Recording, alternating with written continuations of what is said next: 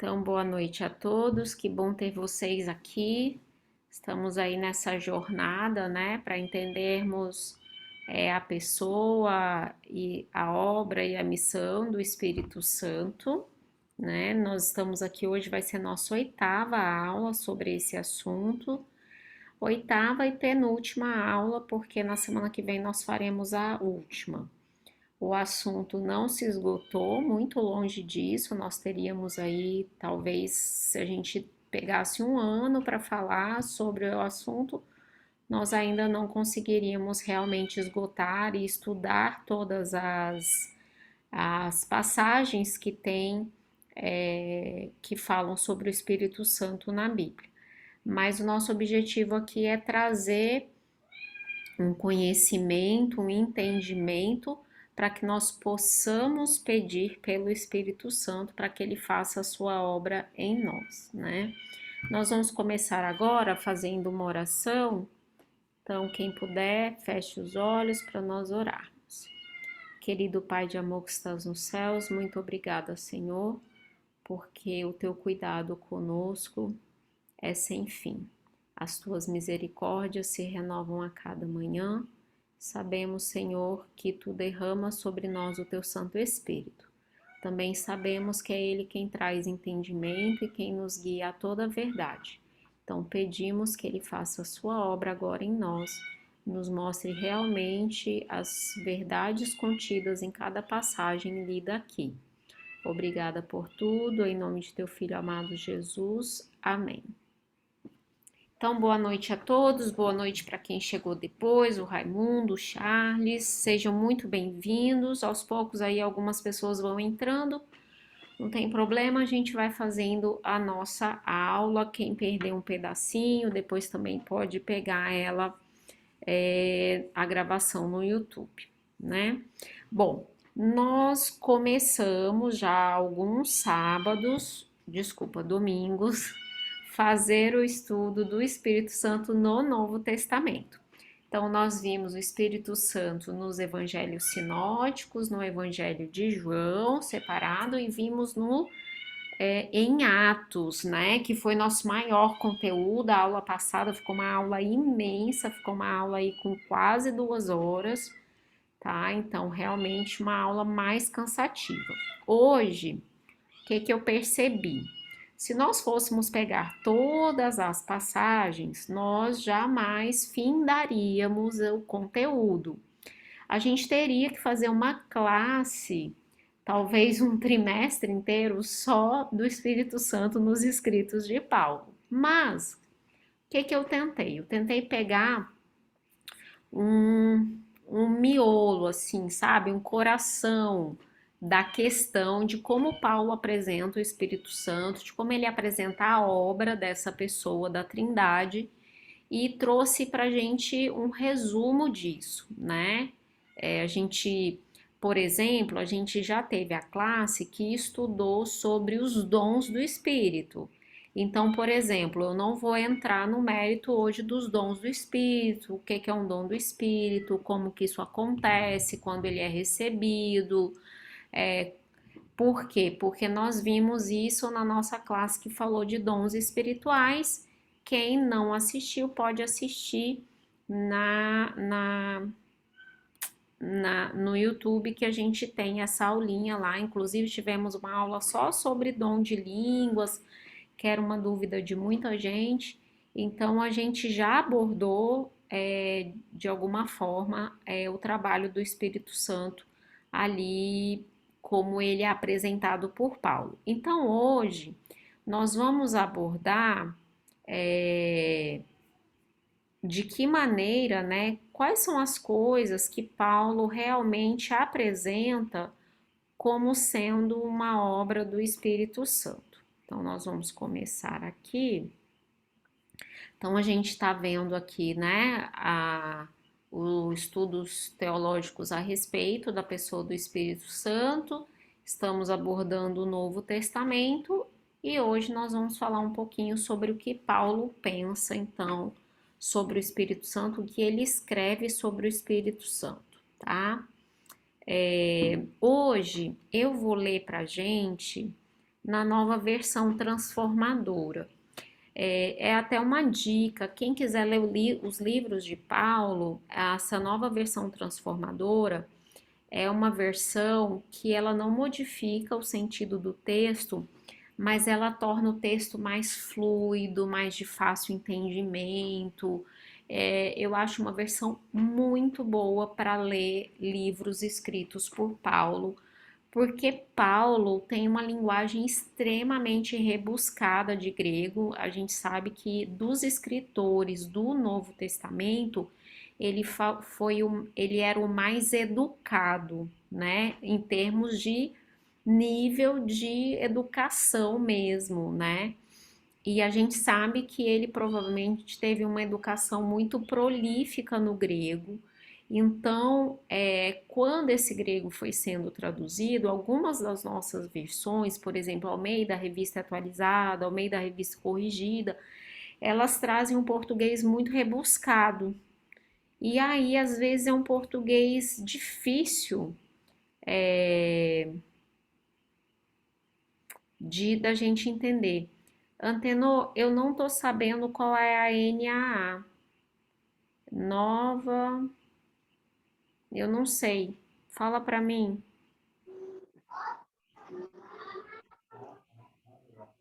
Nova versão atualizada. Legal, olha. Então, outra dica de versões aí para a gente poder estudar.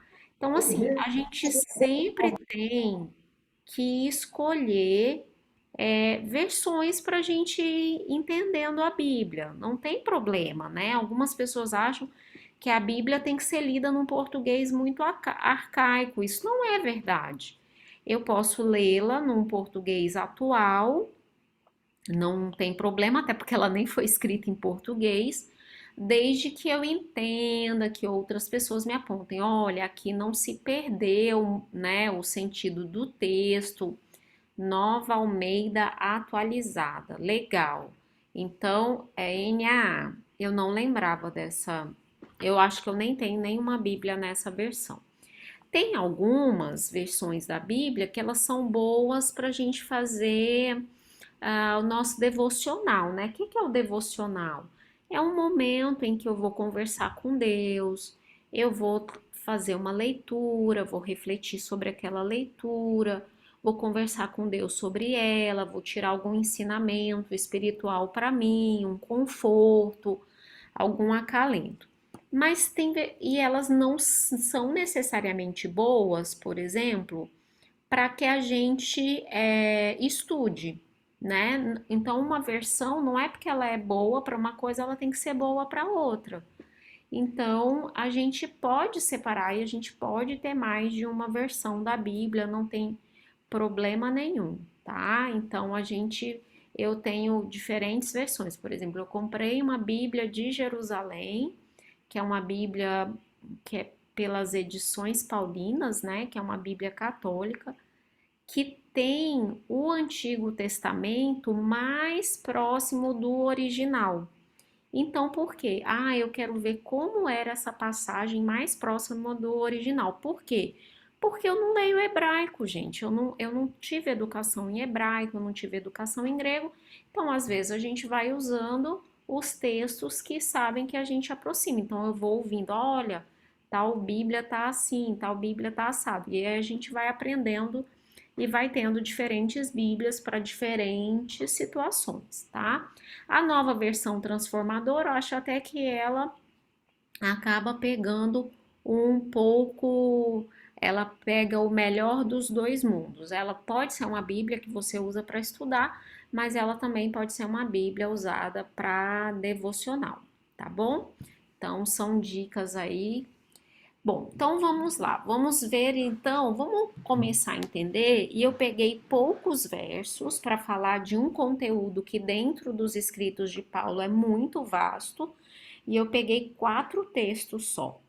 Qual o entendimento de Paulo sobre a Trindade, né? Como era Deus para Paulo. Então a gente vai começar lendo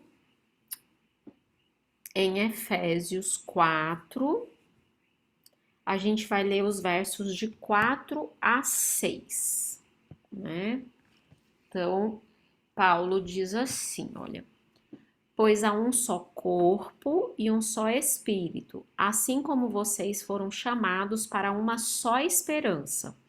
Há um só Senhor, uma só fé, um só batismo, um só Deus e Pai de todos, o qual está sobre todos, em todos e vive por meio de todos. Ou seja, para Paulo, Deus é um, ok? Então, Paulo tem uma compreensão de um Deus uno, né? De um Deus realmente que ele é tudo em todos. Lá em Gálatas 3:20, Paulo está conversando, né, com os Gálatas. A gente sabe que o livro de Gálatas é um livro de admoestações para uma igreja que estava se ausentando dos ensinamentos que tinham sido dados por Paulo, né? E aí Paulo estava falando sobre a importância das pessoas entenderem que a salvação é mediante a fé, né, pela graça. E aí falando de uma pendência, né? Ele diz assim, olha, Gálatas 3, verso 20. O mediador, porém, só é necessário quando dois ou mais precisam chegar a um acordo, e Deus é um só. Ou seja, Deus é um só, não é necessário que exista realmente um meio de campo, né, entre nesse questionamento aqui que ele coloca, né? Ele fala assim: qual era então o propósito da lei? Ela foi acrescentada à promessa para mostrar às pessoas o seu pecado. Mas a lei deveria durar apenas até a vinda do descendente prometido por meio de anjos. A lei foi entregue a um mediador, né? Então aí Paulo tá tendo uma conversa extremamente complexa, mas aqui ele fala que Deus é um só, e a gente vai ver também que Paulo entende que Deus é três, né? A gente diz então que Deus é triuno, tá? Gente, trindade é um conceito relativamente difícil da gente entender, né? Por quê? Porque a gente realmente se perde na questão de que como que eu vou entender que ao mesmo tempo que ele é um só, ele é três, são três pessoas distintas, três pessoas que, no ponto de vista da nossa salvação, elas têm missões diferentes e papéis diferentes, né? E a gente tem que entender, inclusive, que um mais um é igual a um e um menos um menos um menos um é igual a um. Então, por exemplo, quando Jesus se tornou humano, a sua divindade estava completamente, eu vou chamar assim, de encapsulada pela humanidade dele. Deus ficou menor do que ele é? Porque ficou menos um? Não ficou, né? Então, quando Deus envia o Espírito Santo para nós, Deus fica menor do que ele é? Então, assim, realmente é uma situação, complexo, né? Mas a gente vai entendendo os conceitos e boa parte desses conceitos a gente aprende, assimila pela fé, por esse entendimento de que realmente é uma unicidade de propósito, de amor, de pensamento, é, é indivisível, né? Essa a Trindade. Então vamos entender quando Paulo chama, então, quando ele separa essa Trindade, quando ele coloca ali três pessoas, né? Então, lá em 2 Coríntios 13, verso 14, Paulo está dando a bênção da sua carta aos Coríntios e ele fala assim: que a graça do Senhor Jesus Cristo, o amor de Deus e a comunhão do Espírito Santo sejam com todos vocês. Então, ele pega atributos, da divindade, mas ele separa. Então, por exemplo, Deus o Pai, ele não é gracioso? Ele é gracioso, ele nos dá a graça. Mas ele pega essa graça e ele atribui ela a Jesus Cristo. O amor de Deus o Pai. Será que Jesus não tem amor? Claro, imagina, ele se doou, né, por nós, mas ele pega o amor e ele atribui isso a Deus o Pai. E a comunhão do Espírito Santo. Então ele atribui cada característica aí, né,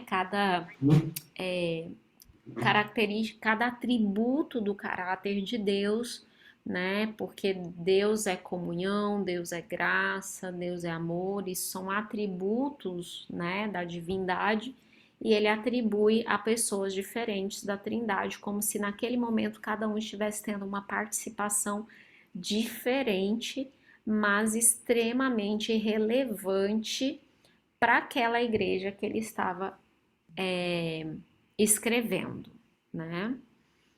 Olha só o que ele diz em Romanos 8:9. Ele diz assim, olha: vocês, porém, não são controlados pela natureza humana, mas pelo Espírito, vírgula. Se de fato o Espírito de Deus habita em vocês, e se alguém não tem o Espírito de Cristo, a ele não pertence. Você percebeu que ele falou a palavra Espírito 3 vezes? Então, olha,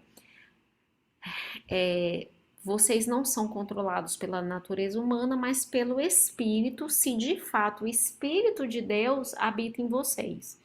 Então, eu sou controlada pelo Espírito Santo, aí ele chama esse mesmo Espírito Santo de Espírito de Deus, e aí ele chama de Espírito de Cristo. E se alguém não tem o Espírito de Cristo, a ele não pertence. Então, ele faz mais uma vez questão de separar aí as três pessoas, né, da Trindade, mas mostrando que os três estão envolvidos nesse processo de nos controlar, mas nos controlar num processo que a gente vai entender daqui a pouquinho, que é o processo de santificação, que é o processo de mudança de caráter, né? Então vamos lá. Então vamos falar mais algumas coisas sobre o que Paulo fala sobre o Espírito Santo nos seus livros, tá? Então, o Paulo, ele apresenta o Espírito Santo como realizando ações específicas, ações muito bem determinadas e específicas nesse processo de salvação, o que é muito legal, porque aí a gente vai começar a usar, a gente vai começar a entender qual o papel do Espírito Santo, então, nesse nosso processo de salvação, e isso também faz com que, ao termos esse conhecimento, a gente possa pedir pelo Espírito Santo e entender, quando eu peço pelo Espírito Santo, o que ele vai produzir em mim, né? Quais são as mudanças que eu espero ver quando então eu sou uma pessoa comandada pelo Espírito. A gente acabou de ler o verso 9 de Romanos 8, e aí nós vamos ler o 10 e o 11 também, e vamos ler o verso 16. Paulo diz assim, olha, então aqui ele começa a falar de coisas que o Espírito Santo faz por nós. Ele diz assim, olha, vocês, porém, não são controlados pela natureza humana, mas pelo Espírito, se de fato o Espírito de Deus habita em vocês. E se alguém não tem o Espírito de Cristo, não pertence a Cristo. Uma vez que Cristo habita em vocês, embora o corpo morra por causa do pecado, o Espírito lhes dá vida, porque vocês foram declarados justos diante de Deus. E se o Espírito de Deus, que ressuscitou Jesus dos mortos, habita em vocês, o Deus que ressuscitou Cristo Jesus dos mortos dará vida ao seu corpo mortal por meio desse mesmo Espírito que habita em vocês. Olha só que questão importante. Paulo está dizendo o seguinte: eu preciso morrer para o pecado, eu preciso morrer para a minha antiga vida. O pecado, ele me torna um morto espiritual. Como é que eu recebo vida? Eu recebo vida ao receber o Espírito Santo na minha vida, aceitar que ele governe minha vida, e aí é esse mesmo Deus que ressuscitou a Jesus dos mortos, ele vai dar vida para esse meu corpo mortal. E aí a gente entende que essa vida aqui é uma vida espiritual. Quando eu digo vida espiritual, não quer dizer que eu tenho um espírito que está vagando por aí, mas é uma vida em que eu estou em sintonia com Deus e praticando as boas obras, né, que Deus me criou para praticar. Então, eu sou uma pessoa em crescimento espiritual, ok? Eu sei que todo mundo aqui teve aquelas aulinhas lá com o Renan, lembra lá daquela aulinha da classe C, né, de espiritualidade, tá? Então, realmente, são coisas que o Espírito Santo faz por nós. No verso 16, a gente tem uma outra coisa que ele faz. Ele diz assim: olha, pois o seu Espírito, que é o Espírito de Deus, confirma com o nosso espírito que somos filhos de Deus. Ou seja, quando eu recebo o Espírito Santo na minha vida, não só eu começo a praticar coisas diferentes e eu não fico mais sob o domínio do pecado, né? Eu não sou uma pessoa mais presa às minhas ações, às minhas crenças anteriores, mas eu também, o Espírito Santo coloca em mim a certeza de que eu sou filha de Deus, de que eu fui aceita, de que eu fui justificada, de que meus pecados foram perdoados e que assim eu posso andar tendo a certeza da salvação, porque Cristo me justificou. Então a gente vê aqui uma função, né, duas coisas que o Espírito Santo faz por nós, que são coisas maravilhosas. Vocês percorrendo aí alguns versinhos depois, verso 26 e 27, vamos ver outra função do Espírito Santo. Verso 26 e 27. Ele diz assim, olha, e o Espírito Santo nos ajuda em nossa fraqueza, pois não sabemos orar segundo a vontade de Deus. Mas o próprio Espírito intercede por nós com gemidos que não podem ser expressos em palavras. E o Pai, que conhece cada coração, sabe quais são as intenções do Espírito, pois o Espírito intercede por nós, o povo santo, segundo a vontade de Deus.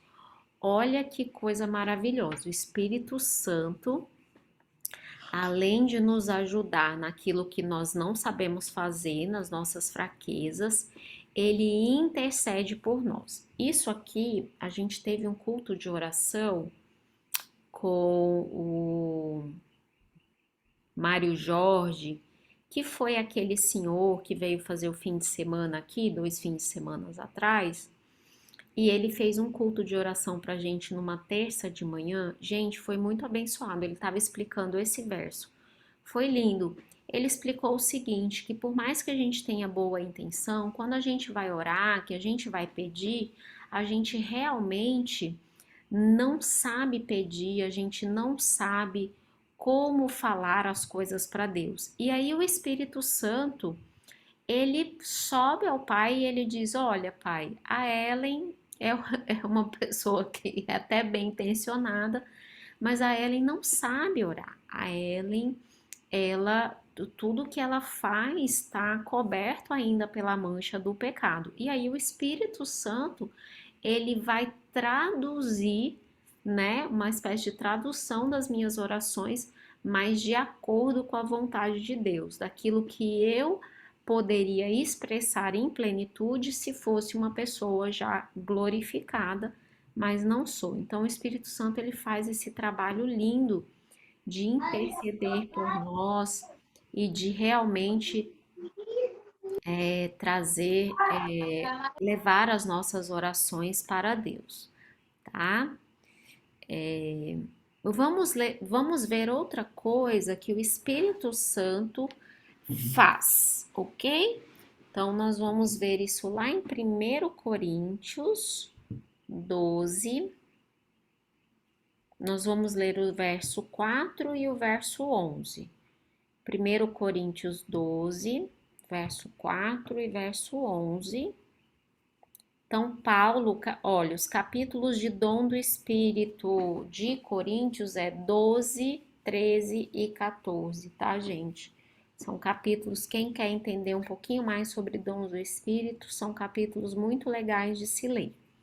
Então, verso 4 e verso 11 diz assim, ó, existem tipos diferentes de dons espirituais, mas o mesmo Espírito é a fonte de todos eles, ou seja, quem é a fonte de todos os dons? O Espírito Santo. Verso 11 diz assim, tudo isso é distribuído pelo mesmo e único Espírito que concede aquilo que deseja a cada um. Ou seja, o Espírito Santo é quem concede os dons da maneira como ele acha mais proveitosa, da maneira realmente como ele acha mais relevante, tá? E vamos ver um outro texto que eu nunca tinha parado, assim, nunca tinha prestado atenção nesse texto com esse enfoque. Tá lá em 1 Timóteo 4:1, tá? É porque a gente sempre pega, nesse caso aqui, o condutor final da profecia, né? Então, por exemplo, o Paulo é um profeta que ele está me contando como vão ser nos últimos dias. Mas aí Paulo ele está me contando o seguinte, olha, 1 Timóteo 4:1, o Espírito Santo afirma claramente que nos últimos tempos alguns se desviarão da fé, dando ouvidos a espíritos enganadores e ensinamentos de demônios. Ou seja, o Espírito Santo, ele profetiza o futuro, ele revela o futuro, né? Ele traz a revelação. Então, os nossos profetas, né, falaram inspirados por Deus, pelo Espírito Santo. Então, a gente tem o Espírito Santo aqui trazendo a revelação do futuro de uma forma que nos ajude. Essa revelação não é a revelação para eu saber o que assim, como é que eu vou dizer? O objetivo aqui, gente, não é conhecer o futuro, mas é eu estar prevenido das coisas que vão acontecer para que essas coisas me aproximem de Deus. Porque a revelação do futuro, pela Bíblia, ela não tem um fim em si mesmo. Não é só para eu saber, né? Ah, e tal, a besta vai aparecer. Não, aqui realmente a função é eu saber que Deus está no controle de tudo, Ele tem o cuidado de todas as coisas, tá? Vamos passar para a nossa próxima, que aí a gente tem aqui, olha, então eu separei algumas passagens de Paulo que mostram o Espírito Santo como sendo a fonte de algo. Então, ele é a fonte de algo que está sendo passado para o ser humano, ofertado para o ser humano. Então, a gente vai ver isso. Vamos ver, então, primeiro Gálatas. Primeiro o livro de Gálatas, né? Porque não existe primeiro Gálatas, vocês entenderam. Gálatas 5, 22 e 23. Quando ele diz assim, olha, essa passagem é bem conhecida. Mas o Espírito produz este fruto: amor, alegria, paz, paciência, amabilidade, bondade, fidelidade, mansidão e domínio próprio. Não há lei contra essas coisas. Então, o Espírito Santo é a fonte do fruto do Espírito, né? E qual é o fruto do Espírito? O fruto do Espírito é amor. E como esse amor? Esse amor é alegre, esse amor é pacífico, ele é paciente, ele é amável, ele é bondoso, ele é fiel, ele é manso e ele tem domínio próprio. Então a gente entende com uma leitura mais atentiva de Gálatas 22 que o fruto do Espírito ele é só um, mas como a gente entende, ele é um fruto com vários sabores. Às vezes alguns eu vou amadurecendo melhor, outros não, E aí é uma questão realmente de vivência no espírito para que a gente apresente essas características. Vamos ver outra coisa que o Espírito Santo é fonte lá em Efésios. Efésios 4, 2 e 3. Efésios 4, 2 e 3. Diz assim, olha: sejam sempre humildes e amáveis, tolerando pacientemente uns aos outros em amor. Façam todo o possível para se manterem unidos no espírito, ligados pelo vínculo da paz. O Espírito Santo é uma fonte de unidade para a sua igreja. E se a gente perceber esse verso 2, ele diz assim: olha, sejam sempre humildes e amáveis, tolerando pacientemente uns aos outros em amor. Olha aqui o fruto do Espírito, né? Sendo vivido na igreja. O que Paulo está pedindo nesse verso de Efésios 4? Para que as pessoas demonstrem os frutos do Espírito. Humildade, amabilidade, essa tolerância que pode ser a paciência, né? Tolerando pacientemente uns aos outros em amor. E eu faço tudo isso, faço todo o possível para me manter unido no Espírito. Então, o Espírito Santo é a fonte de unidade. Aí mesmo no livro de Efésios, vamos lá para Efésios 6,17, que a gente vai ver outra coisa. Efésios 6, gente, é conhecido como o capítulo que traz a armadura do cristão. E aí lá no verso 17, ele apresenta assim, olha: usem a salvação como capacete e empunhem a espada do Espírito. Então, o que é a espada do Espírito? A palavra de Deus. Então, o Espírito Santo é a fonte da palavra de Deus. Por quê? Porque todos aqueles que escreveram a Bíblia foram inspirados pelo Espírito Santo. Então, nós não saberíamos essas coisas se o Espírito Santo não as tivesse revelado através desses servos que foram os profetas que escreveram a Bíblia. Então, quando eu estudo ali a Bíblia, eu estou estudando a palavra de Deus, que é a espada do Espírito, né? Aquela realmente é aquilo que me possibilita ir para a luta, para a batalha espiritual, tá, gente? Vamos ver outro livro de Paulo, 1 Tessalonicenses 1, verso 6. Aqui também, eu sei que esse verso aqui, ele vai trazer uma coisa redundante, que a gente já falou, mas eu gostei muito de como esse verso apresentou as coisas, para a gente até entender mais um pouquinho sobre esse sabor aqui do fruto do Espírito. Ele diz assim, olha: assim, apesar do sofrimento que isso lhes trouxe, vocês receberam a mensagem com a alegria que vem do Espírito. Olha só que interessante, gente. Ele está falando aqui que os tessalonicenses tiveram muitos problemas por terem recebido a mensagem. Então, isso veio perseguição tanto de judeus como de gregos, né? Isso veio perseguição do Império Romano. Mas ele diz assim: olha, apesar de todo o sofrimento, vocês receberam a mensagem com a alegria que vem do Espírito Santo e se tornaram nossos imitadores e imitadores do Senhor. Então, a alegria que vem do Espírito Santo, gente, não é aquela alegria, aquele contentamento de quando tudo tá bem. Nossa, minha vida tá boa, eu não tenho problema nenhum, então eu tô ótima, eu tô plena, eu tô alegre, eu tô feliz. Não. Aqui é uma alegria que ela vem mesmo em meio às dificuldades. Então, vamos usar outra expressão que, né, que Paulo fala, ele fala: olha, eu me regozijo nas provações, eu fico feliz, eu fico pleno, né? Mesmo com as provações. Por quê? Porque eu sei que essas provações estão vindo por causa da palavra de Deus. E aqui ele está dizendo que os tessalonicenses, que eram os habitantes de Tessalônica, eles também tinham essa mesma alegria. Então, mesmo sendo perseguidos, eles ficavam felizes por terem recebido a palavra de Deus.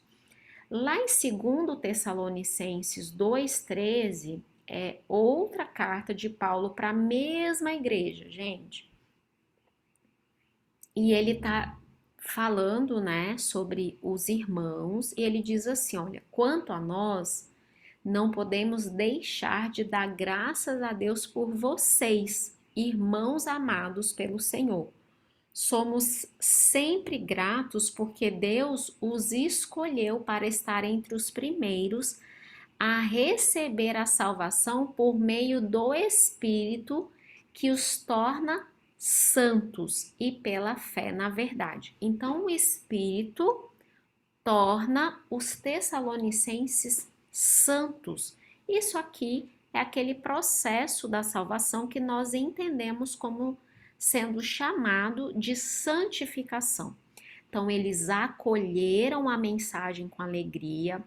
Paulo, lá em 1 Tessalonicenses, diz que eles se tornaram imitadores de Cristo, e aqui ele dá mais um vislumbre de como eles se tornaram imitadores de Cristo. Por meio do Espírito Santo, né? Eles receberam a salvação que os tornando santos, ou seja, processo de mudança diária de caráter é promovido pelo Espírito Santo. Paulo também diz isso com outras palavras lá em Tito, livro de Tito, capítulo 3, verso 5. Ele diz assim, ó, ele nos salvou, não porque tivéssemos feito algo justo, mas por causa da sua misericórdia. Ele nos lavou para remover nossos pecados, nos fez nascer de novo e nos deu nova vida por meio do Espírito Santo. Olha o processo, né, da lavanderia de Deus acontecendo. Então, Deus nos lava, remove os nossos pecados, nos faz nascer de novo, lembrando aqui, olha, daquela passagem de Jesus com Nicodemos lá em João 3, Nicodemos, você precisa nascer de novo, você precisa nascer do Espírito, você precisa ter uma vida nova. Quem é que vai fazer esse processo? O Espírito Santo. Então, o Espírito Santo é a fonte do processo de santificação, tá? E eu trouxe aqui duas passagens também que mostram que o Espírito Santo é a nossa fonte de poder. A primeira está lá em Efésios 3, 14 a 16. Então, Efésios 3, de 14 a 16, Paulo diz assim: quando eu penso em tudo isso, eu caio de joelhos e oro ao Pai, o Criador de todas as coisas no céu e na terra. Peço que da riqueza da sua glória, ele os fortaleça com poder interior por meio do seu Espírito. Então, quem é que vai trazer esse poder interior para fortalecer os crentes de Éfeso? O Espírito Santo. É o Espírito Santo que vai nos habilitar com esse poder interior. Ele é a fonte do poder. Isso também está lá em 2 Timóteo. Eu estou achando o livro errado. 2 Timóteo, capítulo 1, verso 14. Quando ele diz assim, olha, apegue-se com fé e amor em Cristo Jesus. Não, desculpa, gente, eu li o 13, é o 14, tá? Pelo poder do Espírito Santo que habita em nós, guarde a verdade preciosa que lhe foi confiada. Olha o que o poder me ajuda, o que o poder, né, do Espírito Santo me ajuda. Ele me ajuda a guardar essa verdade preciosa que foi dada. Então eu recebo a verdade, né? O Espírito Santo me faz ouvir, ele me faz compreender. ele me torna consciente de que eu sou pecadora, de que eu careço da graça de Cristo, de que eu posso ser justificada por Cristo. Aí ele me lava, né, dos meus pecados, me faz receber a justificação de Cristo Jesus, e aí ele começa a me dar poder para ter uma vida de santidade, poder para ficar apegada nessa verdade. Ou seja, olha a importância, sem o Espírito Santo, gente, não tem leitura da Bíblia que vai me vivificar, não tem aceitação de Cristo que vai trazer vida nova. Se eu não permitir que o Espírito Santo vá modificando, né, o meu, a minha vida, o meu caráter no dia a dia, realmente eu não vou ter a salvação, ela não se completará em mim. Porque a salvação ela é um processo, né? A partir do momento que eu aceito a Cristo como Salvador, eu estou salvo em Cristo Jesus? Sim. Mas aí parou por aí, eu vou continuar minha vida como eu sempre vivi? Não, isso mostra que eu não aceitei de verdade, né? Porque aquele que é justificado em Cristo, ele também é santificado e o poder para essa santificação, ela vem do Espírito Santo, tá? Eu falei para vocês que hoje a aula ia ser uma aula mais rápida, né? Apesar de nós estarmos lendo muitas passagens, mas vocês perceberam que a maioria das passagens são autoexplicativas, né? Estou escolhendo aqui a nova versão transformadora para a gente ler, para a gente realmente ter uma ideia boa do que o Espírito Santo faz por nós. Então, eu trouxe aqui mais 5 textos de coisas que o Espírito Santo faz por nós.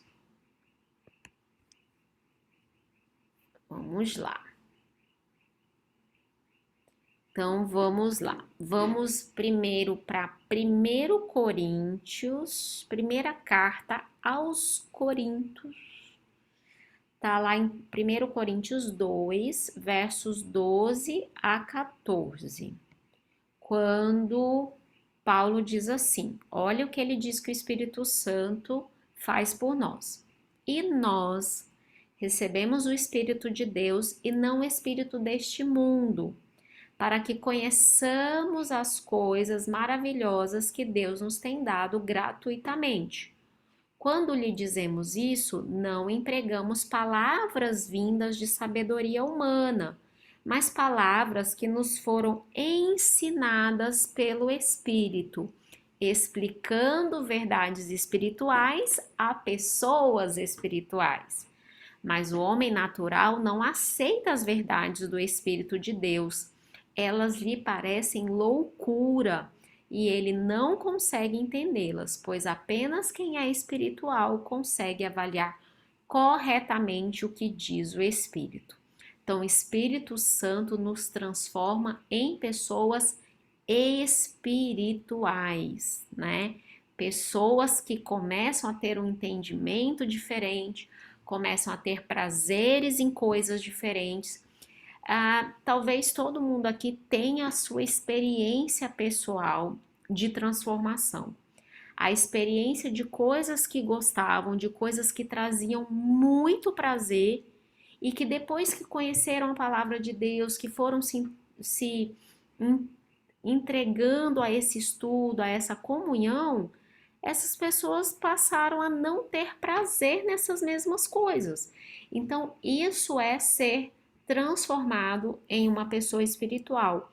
É um texto que você jamais entenderia antes, você jamais aceitaria esse texto pela fé, você passa a aceitar, porque agora você é uma pessoa espiritual. Então, aqui é mais uma função, né, do Espírito Santo.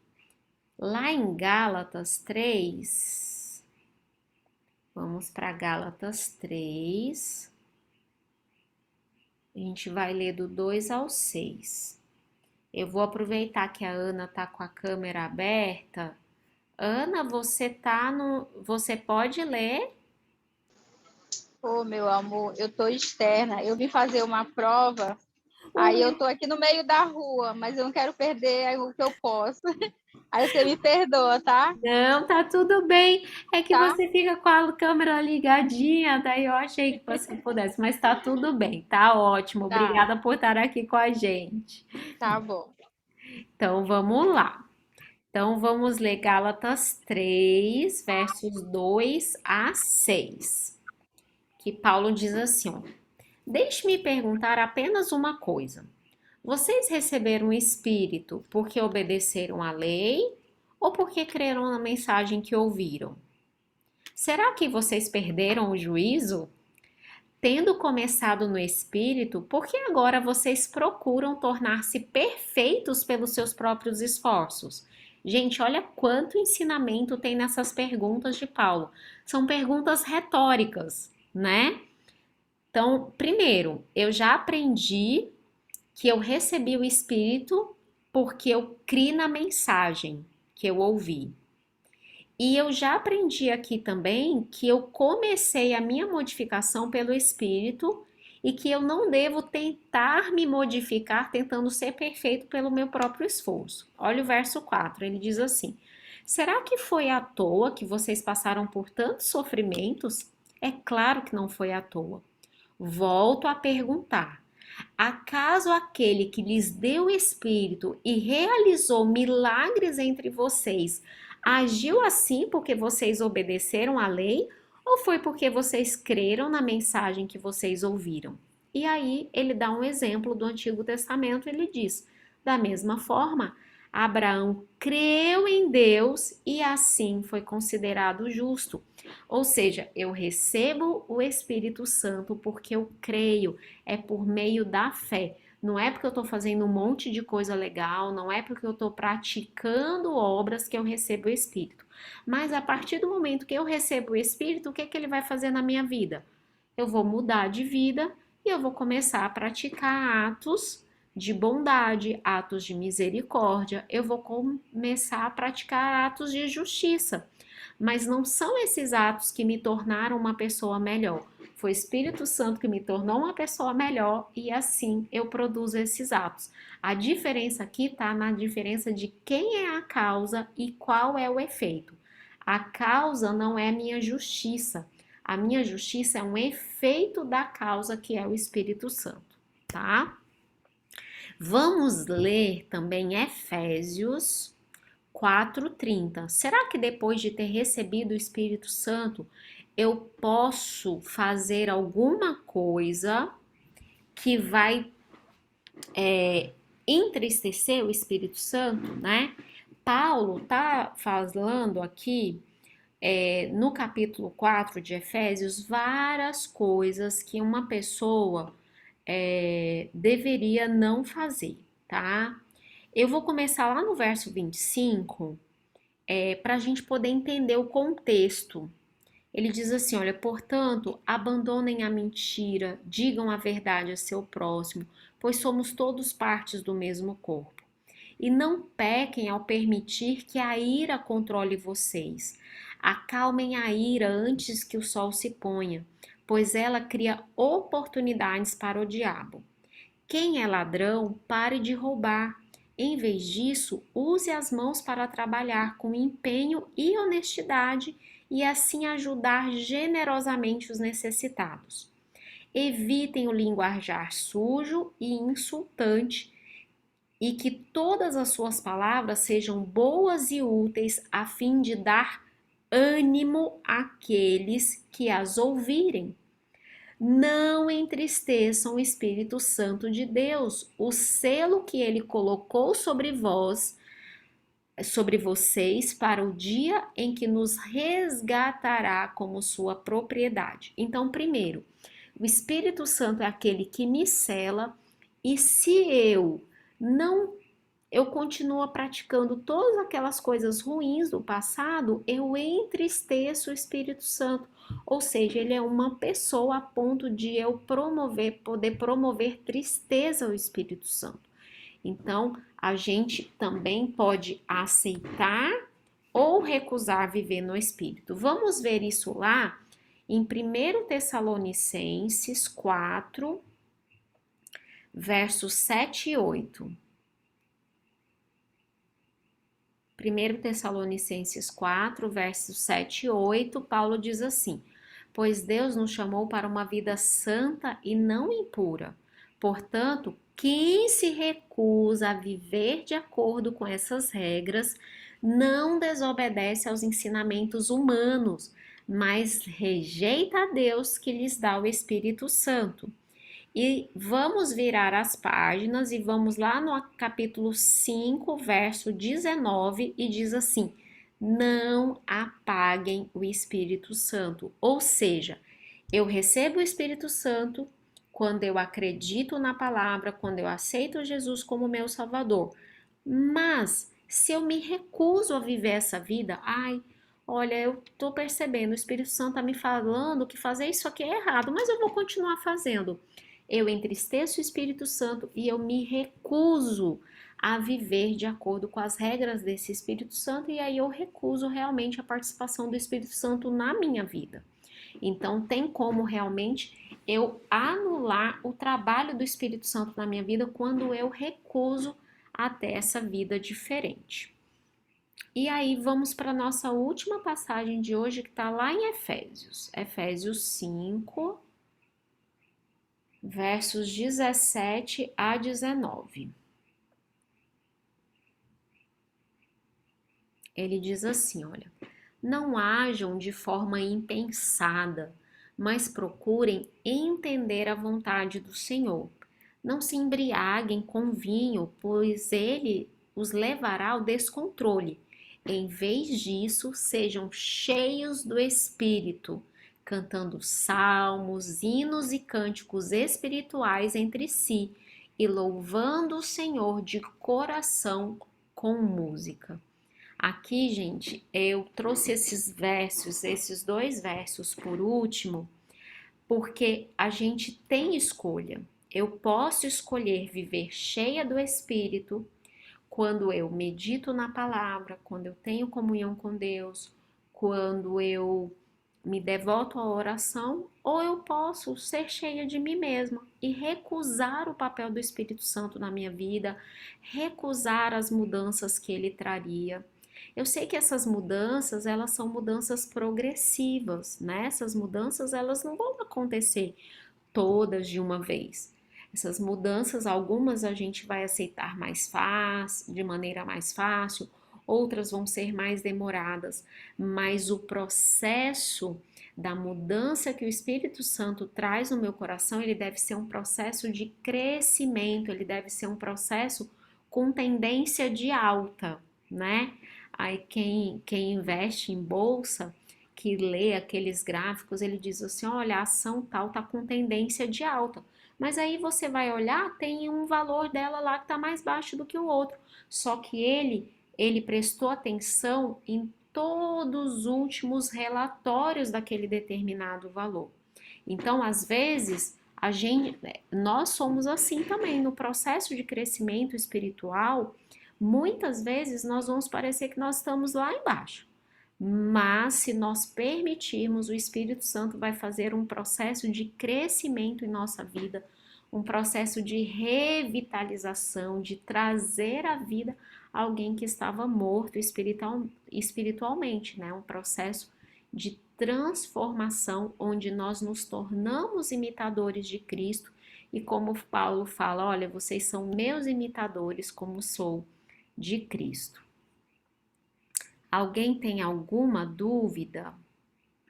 Alguém quer compartilhar algo?